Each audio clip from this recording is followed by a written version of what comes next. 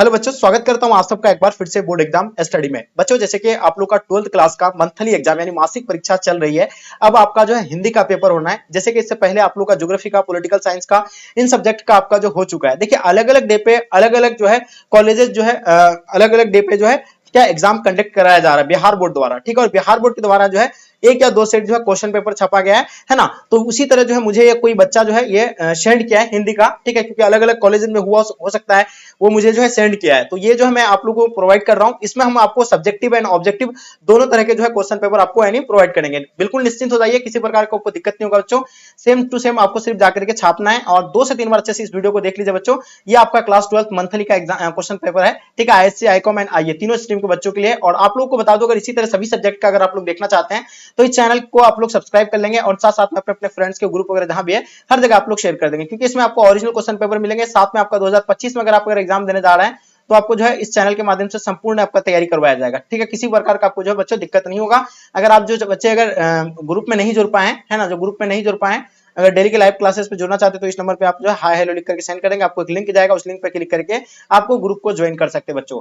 तो चलिए बच्चों, हम लोग जो है ये जो आपका यानी सब्जेक्टिव पेपर जो है आप लोगों का है। ठीक है, तो पहले हम लोग देखते हैं इसमें पहला जो आपका सब्जेक्टिव में जो दिया हुआ है। ठीक है, ये खंड ब में जो आपका देखने को मिलेगा, तो उसमें क्या देखने को मिलेंगे कि निम्नलिखित में से किसी एक विषय पर जो है आपको निबंध लिखना है। ठीक है, यहाँ आपका जो है कितना दिया हुआ है, 4 दिया हुआ है। इन 4 में से आप लोगों को जो है क्या करना है, इन 4 में से किसी एक पर लिखना। चाहे आप मोबाइल और इंटरनेट पर लिख सकते हैं, पर्यावरण पे लिख सकते हैं, सांप्रदायिक एकता के लिए खतरा। ठीक है, उसका दुर्गा पूजा, यानी किसी जो भी आपको आसान लगता है उन पर जो आप एक यानी क्या निबंध लिखना है। ठीक है, कम से कम ये आपका जो है 5 नंबर का होता है और इसमें लगभग 150 से 200 शब्दों के बीच में आपको लिखना होता है। उसके बाद क्या, सप्रसंग व्याख्या करना आपका होता है। ठीक है, सच जब तक मनुष्य बोलता नहीं है तब तक उसका गुण दोष प्रकट नहीं होता है। इसको जो आपको व्याख्या करना होता है, या चाहे देखिए ये जो 2 नंबर क्वेश्चन आपका दिया हुआ है, इसमें 2 क्वेश्चन आपका। ठीक है, तो चलिए, तो बहुत आसान ही है, आप लोग इन चीजों को अच्छे से आप लोग देख लीजिएगा। अगर हम इसका आगे बारे में आपको निबंध दिखाएंगे तो बहुत लंबा चले जाएगा, इसलिए आपको हम क्वेश्चन को सिर्फ दिखा देते हैं। और ये देखिए,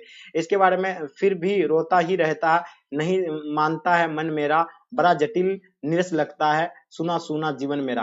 तो चाहे ये देखिए, अथवा में चाहे आपको ऊपर वाला का आंसर देना, चाहे नीचे वाला, इन दोनों में से कोई आसान लगता है तो उनमें से आप एक का किसी का आंसर दे देंगे। ठीक है, आप लोग देख लीजिए और इसका थोड़ा सा आप लोग अच्छे से देख करके सिर्फ चले जाइए, बस अपनी भाषा में आपको लिखना है। उसके बाद तीसरा नंबर क्वेश्चन क्या कहलाता है, पासबुक खो जाने की शिकायत बैंक मैनेजर को पत्र लिखना है आपको। देखिए, अगर आपका पासबुक खो जाता है तो बैंक मैनेजर को आपको यानी पत्र कैसे लिखना है, उस पर आपको लिखना है। या अथवा आपको क्या, अपने प्रधानाचार्य प्रार्थना पत्र लिखकर अपनी फीस माफी हेतु प्रार्थना करना है। तो आप तो जानते हैं, सेवा में श्रीमान प्रधानाध्यापक महोदय। ठीक है, सेवा में मतलब विषय आपका जो क्या है, ठीक है, फीस माफ करने के संबंध में द्वारा विशेष शिक्षक, यानी जो आपको इसके बारे में तो आपको पता ही है कि पत्र कैसे लिखा जाता है। ठीक है, तो आप लोग देख लीजिएगा। ओके, उसके बाद आप लोग, ये तो आपका हो जाएगा, ये 4 नंबर का होता है। ठीक है, इसमें से उसके बाद आपका जो है चौथा नंबर क्वेश्चन क्या है, निम्नलिखित प्रश्नों में से किन्हीं 4 प्रश्नों का उत्तर देना है। ये तो बहुत ही इजी सब क्वेश्चन पूछा है, ये क्वेश्चन ऑलरेडी ये सब आप लोग जानते हैं। ठीक है, तो चलिए, यहाँ से पहला क्या दिया हुआ है, हरचन्ना कौन है, यानी हरचन्ना के बारे में आपको लिखना है।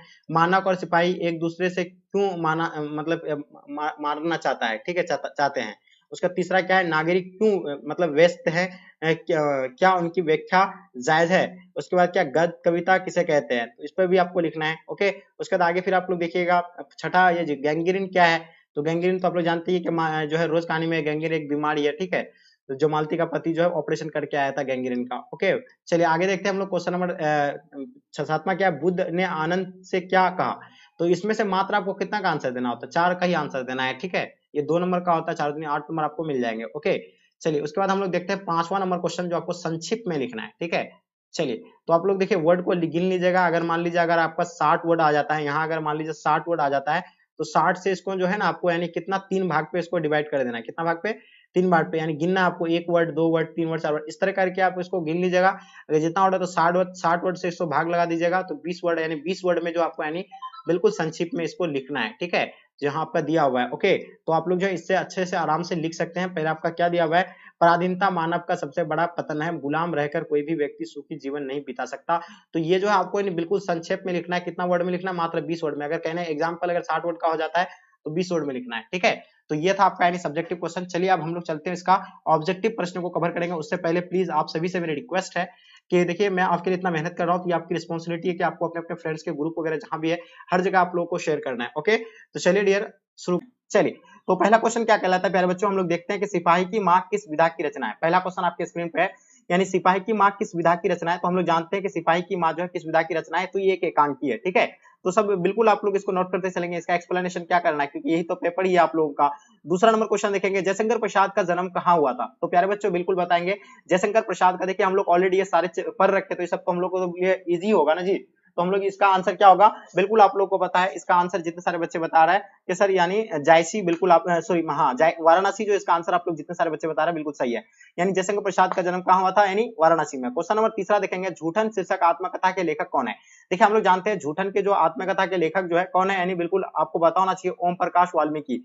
तो जो भी बच्चे आप लोग ओम प्रकाश वाल्मीकि बता रहे हैं, बिल्कुल आप लोग का राइट आंसर है। क्वेश्चन नंबर 4 देखेंगे, हंसते हुए मेरा अकेलापन के लेखक कौन है। बताइए, हंसते हुए मेरा अकेलापन के लेखक आपको बताना है, तो बिल्कुल पता होना चाहिए। हंसते हुए मेरा अकेलापन के लेखक जो होगा आपका यानी मलियज हो जाएगा। ऑप्शन आप लोग का बी परफेक्ट आंसर होगा। क्वेश्चन नंबर 5 देखेंगे आपके स्क्रीन पे प्यारे बच्चों।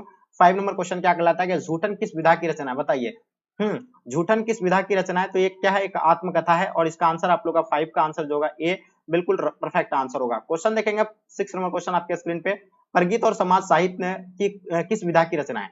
देखिए परगीत और समाज साहित्य की विधा की अगर बात किया जाए तो यह आलोचनात्मक निबंध होगा आप लोगों का। जितने सारे बच्चे आप लोग आलोचनात्मक निबंध बताएं, बिल्कुल इसका आंसर सही होगा, यानी ऑप्शन आप लोग ए राइट आंसर हो जाएंगे। बिल्कुल आपको कुछ नहीं करना, एबीसीडी करके आप लोग इसका आंसर की को नोट कर लीजिए, यही पेपर आपका सीधा सीधा आएगा, ठीक है।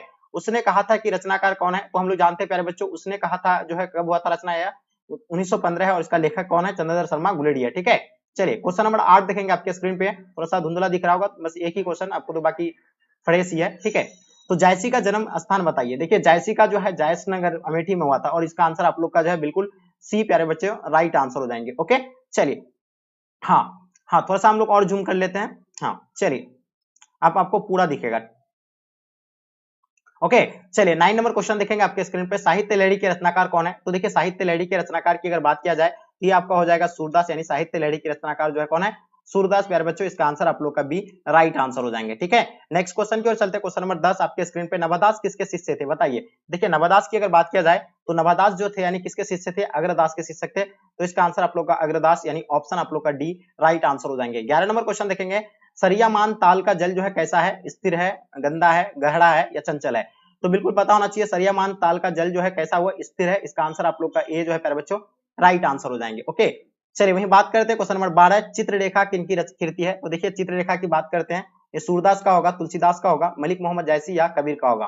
तो चित्ररेखा जो है किनकी यानी कृति है, तो ये प्यारे बच्चों आपको पता होगा, यानी मलिक मोहम्मद जायसी का है, और इसका आंसर आप लोग का सी राइट आंसर हो जाएंगे। क्वेश्चन नंबर 13, कवितावली के रचनाकार कौन है। देखिए कवितावली के रचनाकार की बात किया जाए तो तुलसीदास जो है कवितावली के रचनाकार है प्यारे बच्चों, और इसका आंसर आप लोग का कवितावली राइट आंसर हो जाएंगे। ओके क्वेश्चन नंबर 14 देखेंगे आपके स्क्रीन पे, कंकाल उपन्यास के उपन्यासकार कौन है।